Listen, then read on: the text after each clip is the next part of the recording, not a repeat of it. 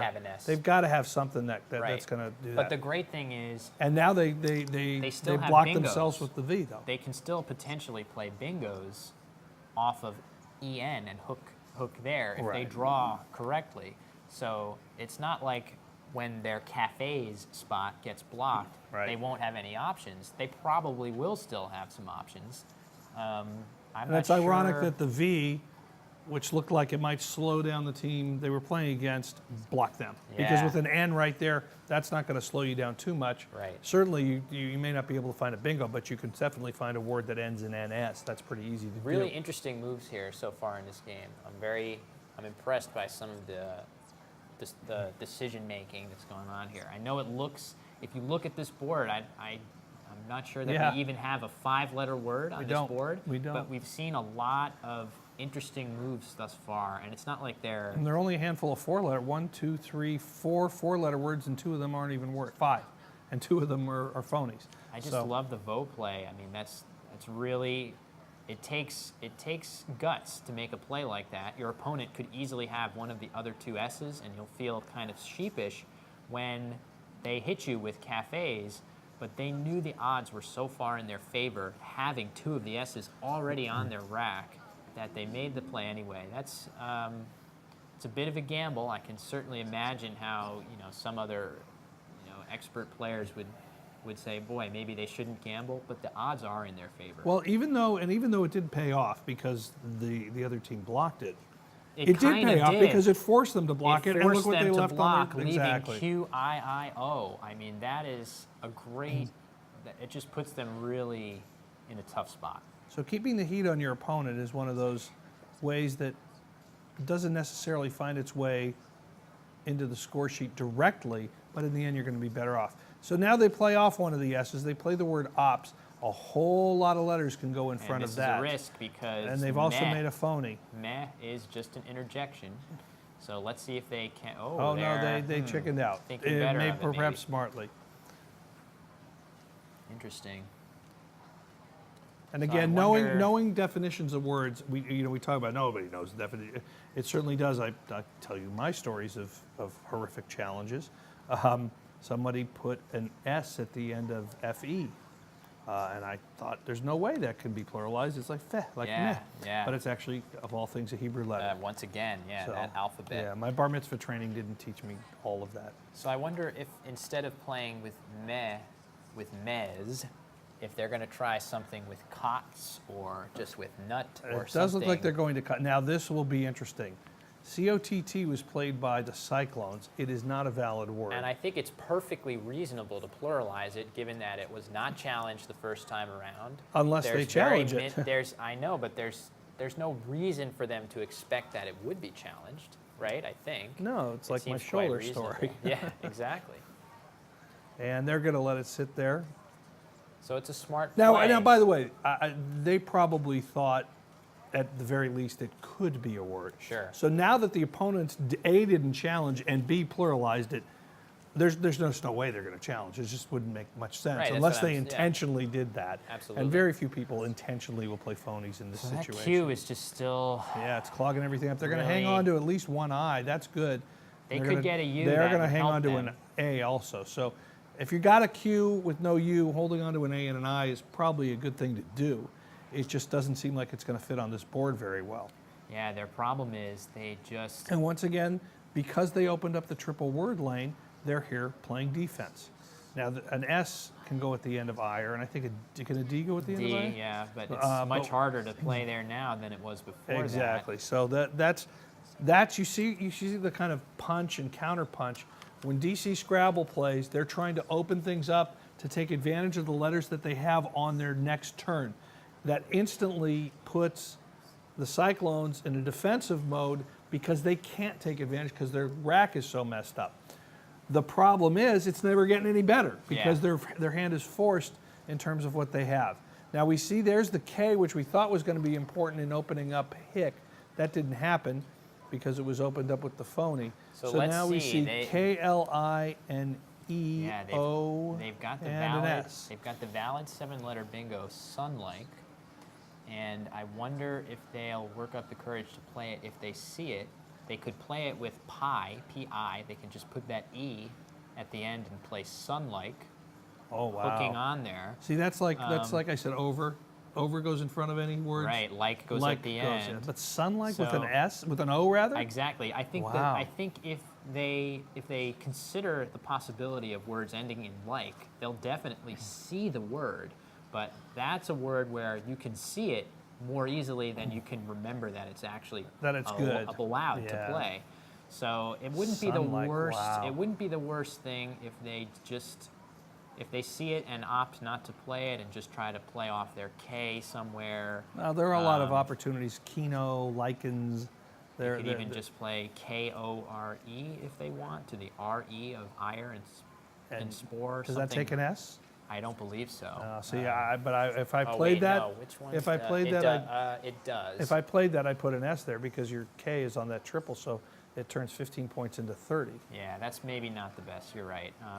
But all I'm saying is that if they don't play Sun-like, they can make it a variety of plays that still leave them in pretty good shape. Kilns. Oh, they could play something like Kinds, which we saw in a different game, Right. down all the way. Now, it looks like hooking, they're going to try and pin, hit that or- triple. No, they're not. Okay, so again. So they left likes, which is a good leave. And I they think also made it more difficult. Again, we talked about the D or an S could go there. So now that triple word, they were in a defensive mode because they couldn't take advantage of it, and they didn't see the very difficult bingo sun-like. Yeah, Wow. not as, it's just, that's one where if you haven't seen it going over your words in preparation, how could you ever know that that was good for sure? Because like goes at the end of anything. Like goes at the end of That's anything, a good and over goes strategy before. to be challenged many times Yeah. and lose And, your and, turn. and now you'll win. You'll win more off. I'm telling you, over anything yeah, I like. suppose. In any case, now look what happened when we talked about their rack management. They've been unable to play the Q away, and now they picked up have the a J J. with no O. Or they do have an O. Actually, J-A-I-O, of course, but I don't see any place that can go. So after all this, I'm seeing just a score update. I'm seeing the score as being tremendously close. Ooh, nice play there. After this now, the Cyclones are going to take basically a lead of as many points as that was, maybe 30-point lead here. And of course, when you have PIN and your opponent, and now they're holding the K, with it just dangling right over that my triple gosh, word. So that's they're right. probably looking to a four-letter word Oh. beginning with K, It's gonna because that's going to score, such a boatload of points. well, let's see, 30, 40 points just for the K. So while the Cyclones may have just taken a lead, And they, wow. oh no, it looks like they bingoed instead. So they picked up a blank. Beautiful play. And they're, Kelvins. and they're I going to can't play believe it. Kelvins. As in the degree. So it's like a unit of measurement. Yeah. So Great in some play. ways, the Cyclones got a little lucky there because you don't, when you play pin in that situation, the one thing you don't want is your opponent to have a K. They did, but they had a better bingoed play. with it. They had a better play. So they still got a ton of points, but that square remains open, and a lot of letters can go there. An E can go there, an S They're can smiling. go there. Look at that. I mean, how could you not after a play like that? Great play with Kelvins, yeah. Yeah. So now the game Would you is- ever forego a bingo, by the way? Would you ever forego a bingo? Oh, yeah. There's many. I mean, in that situation, there was a possibility for them to play Skive, S-K-I-V-E, down, making pink and is. And holding on to your leaving blank. L blank, which the play of Skive actually scores well over 60 points. So there was an option they could have chosen, but Had they known it, right. I'm very I'm totally content with their choice of Kelvins for a couple reasons. One, it scores a little more. Two, it can get a challenge. I mean, I guess Skive could too, but Kelvins could easily have been challenged. Right. It wasn't, but finally the Q comes off. So in the Q, which had kind of had the Cyclone snake bit for a number of turns, finally comes off the I rack. believe they have another I as well, so they've set themselves up to play Chi again. I think they had two I's when they Right. played that Q, so smart play to make another And it was a good spot. spot. Yeah. Yeah. So now, but of course, but DC's going to, DC has the they the have an valuable I. So, it comes down. and now, of course, you have an advantage if somehow you can go down from kid and play kids. So the S would be incredibly valuable. Yeah. We see how many S's are remain in the bag? 2, I think we saw one with Spore and one with Kelvin's, and we've got 2 to come. So there's 2 left in the bag and 1 blank. We know one of the blanks actually is on someone's rack, isn't it? I'm actually not sure No, about I don't that. think it That's is. just temporary. on Right, my okay. Score All right, keeping. so DC is now up, or rather, I'm sorry, the Cyclones are now up. They've been fighting difficult racks the entire way. They do have an O, which is going to allow them to hook onto the J and play Duo, D-U-O, as well as Joe, J-O, into the triple word. Grab some points there. What is our score update? So I have the Cyclones are trailing now after that play by about 30. All right. Well, the board, which started off as a traffic jam, has opened up significantly. We see the team from DZ has picked up the Z. They have Glitz, G-L-I-T-Z. I see that on They their have rack. it arranged, but will they find a spot to play it? They can play it. It looks pretty through the safe L. going through the L in Kelvin's. There's no Yeah. way that Z's going to come Very to hurt unlikely them. for Yeah. that to. So that hit a double word with the G, so it's going to pick up, 12, 13, 30 points for that play.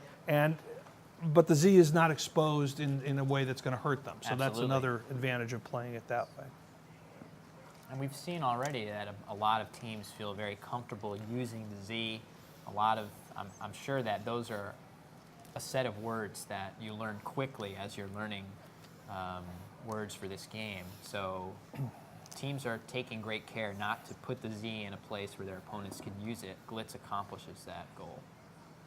You see the team from North Carolina, the Cyclones. Yeah, they're in trouble now. They're down They a have lot after Glitz. Sonata with an R. Right. Sinatra, not Frank. Frank Sinatra. Frank that's right. Sinatra. They are now in a bit of trouble here. And look what that V has done at the bottom. That is completely Brutal. closed off a huge part between the MEH, which does not take anything, and the V. They may be forced to try that. About though. 25% of the board is just closed off. Nothing goes in front of YAM. Nothing alone goes in front of EWE, does it? Correct. So there's just no way that a good Yeah. 35% of the board is going to use. All right, so we see TOAR. Not a valid word. There are No, a couple, TORA is, though. or, So why would they? Taro. They must have just. They may know that there are a bunch of words in there. Oh, I think that we just saw hold. I'm not sure. I saw Avi's hand go out as if to say hold. They may not recognize this. Okay, They're gonna let it go. They're going to let it go, and I think they know that this board is really good for them right now. They have got a lead. That play of Tor. Well, did it's not also score that many strange. It's also points. strange that they could have done almost any combination I know. of those 3 letters. I think that must have been what DC was thinking Yeah. when they decided not to challenge. I mean, Right. there's like a million. So why would they play? Why would they combinations, play phony there? And it's just a mistake. Oh, It's they've just- got a W here. Yeah, so the That's- W is going to go in front of ORE. Yeah. And notice we saw earlier that one of the teams that was playing was just putting down the single letter, just the W These in that guys- situation. Knowing how to hook it in Yeah. both vertically and horizontally nets you a whole lot more points.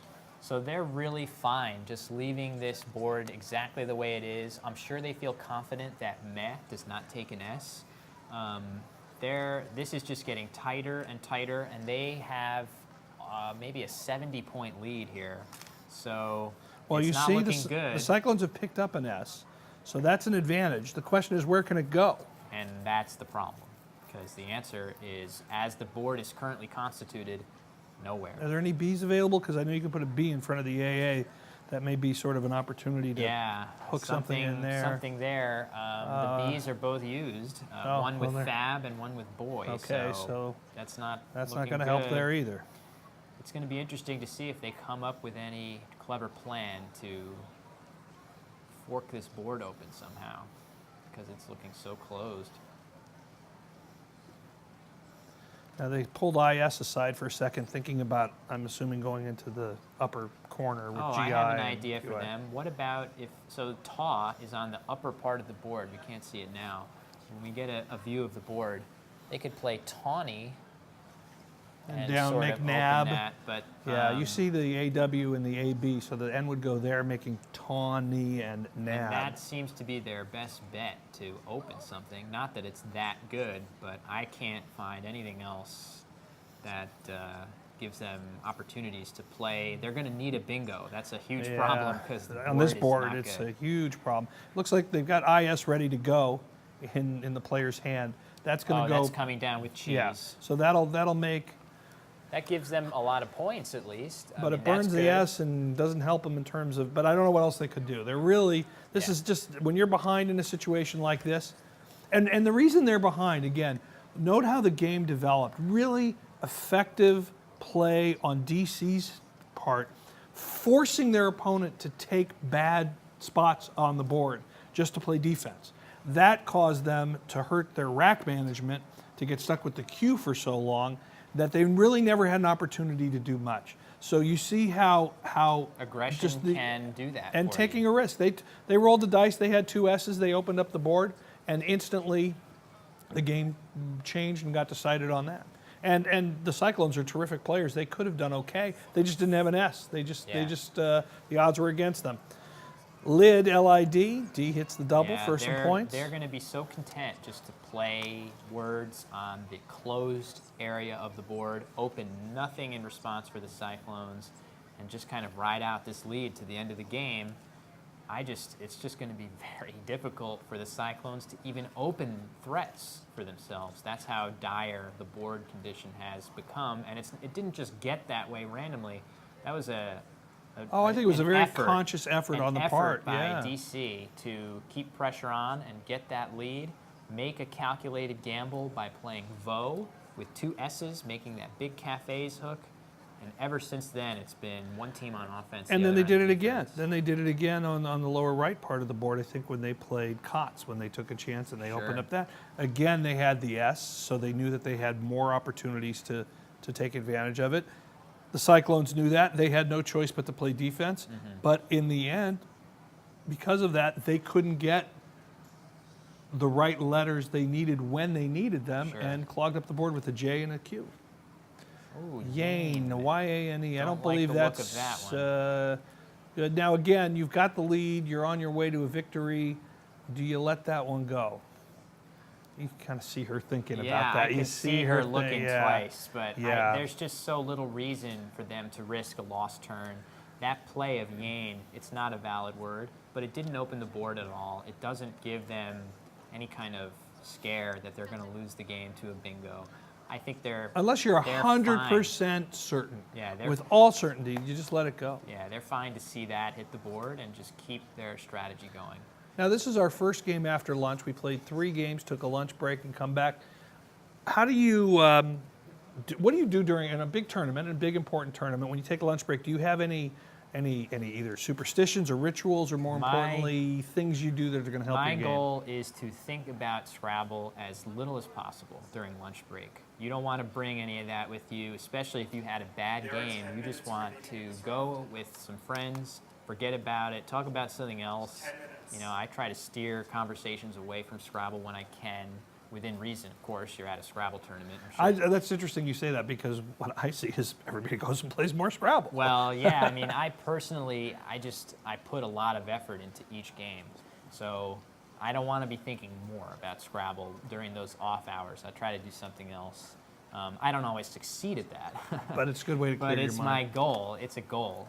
Do you notice a difference in again, comparing my play to yours is sort of a joke, but my record after lunch is terrible compared to as I just wear down and the stamina hits you. I couldn't tell you what my record is, but I can definitely say that if you don't eat the right types of food, or you don't, if you eat too much junk for lunch, you might feel a little bit hazy in that first game. And that's, at tournaments, I don't eat particularly healthy food, so I'm sure I could do better with that. But it definitely helps. I have a huge discrepancy between my record before lunch and after. I mean, it's like night and day.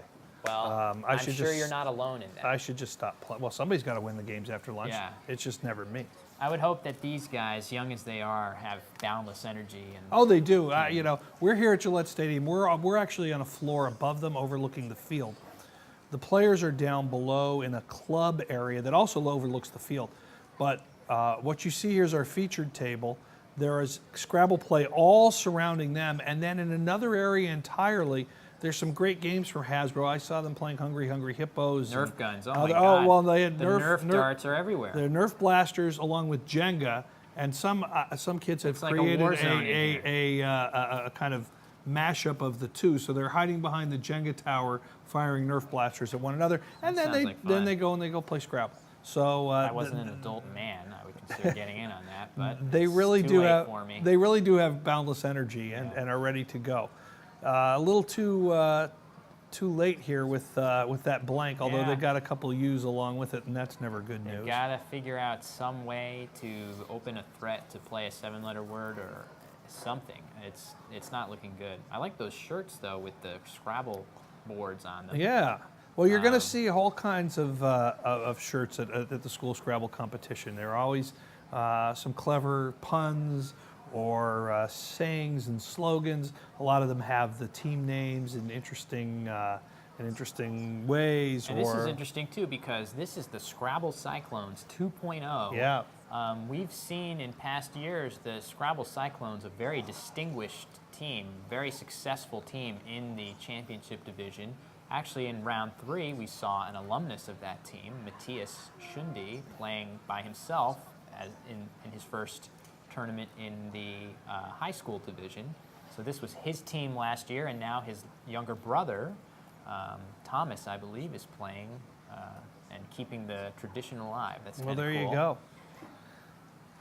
A lot of Scrabble talent in that family, and you'll see actually there's some families that are sort of Scrabble royalty. I know at tournaments you'll see there's 2 brothers I'm thinking of that I know look very distinctive, and you'll see those guys play. And it's always good to have siblings or parents or something that play. I think we all have stories a lot of playing these kids, with our families. and I know a lot of these kids, their parents play as well. And I think without exception, the kids I know whose parents play have ratings that are heads above their parents. I mean, it's not even close.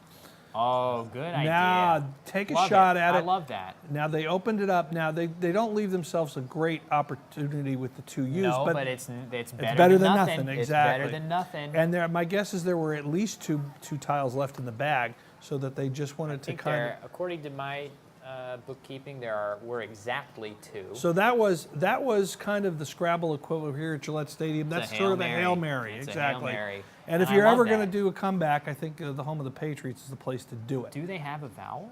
They had 2 U's.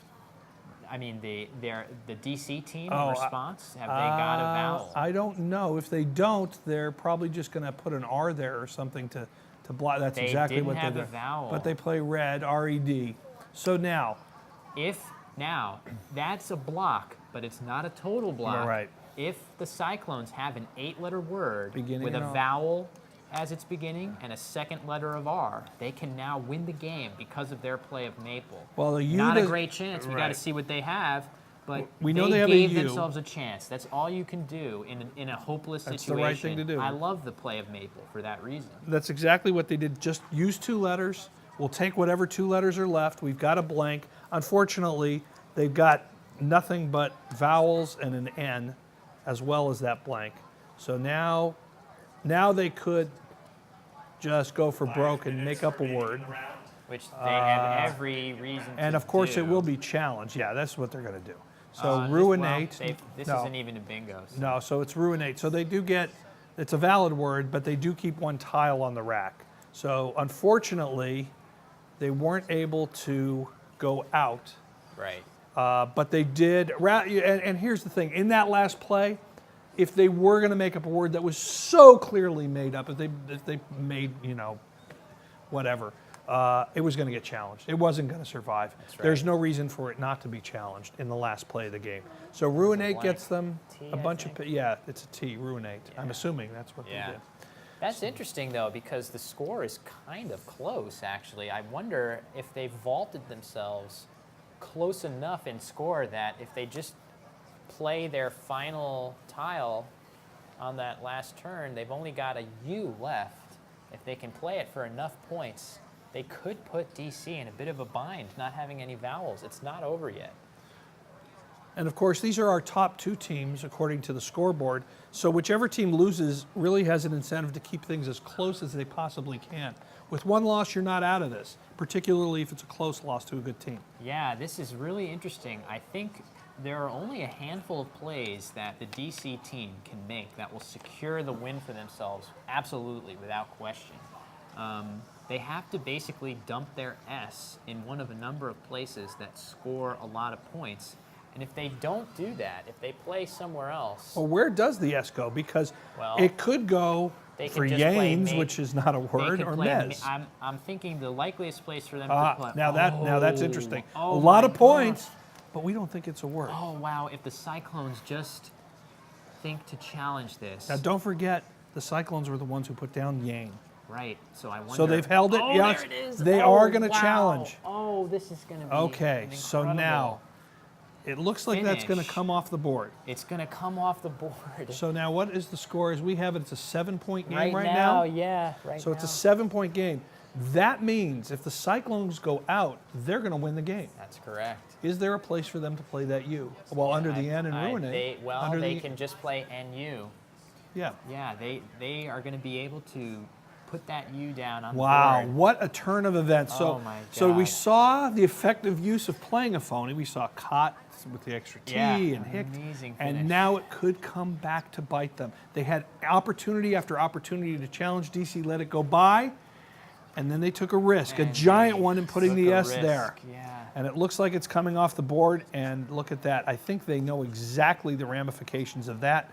That U, if he can get rid of it, and we see they can, and that's what they're going to do. So because of that play, and because of the points that come off the rack of their opponent, it does indeed seem the Cyclones have done it and come back and look at her. She just put her hand on her forehead. I know, but because she still had a smile on her face. I mean, that's amazing. I would be storming away, kicking my, Scrabble set. What a great game. What a complex game we just saw. Yeah. The team from DC punching and punching and punching, and then at the end, out of nowhere, that risky play of Maple, that Hail Mary, paid off. It paid off. It was a wonderful play to open the board.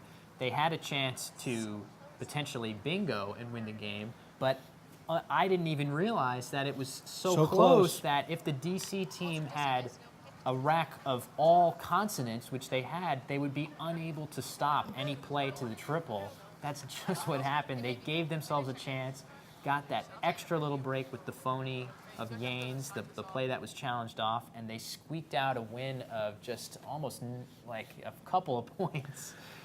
Amazing. Exciting game. Amazing. We'll have another exciting game for you coming up in just a little bit. Don't you go anywhere here from the National School Scrabble Championships. We'll see you in a little bit.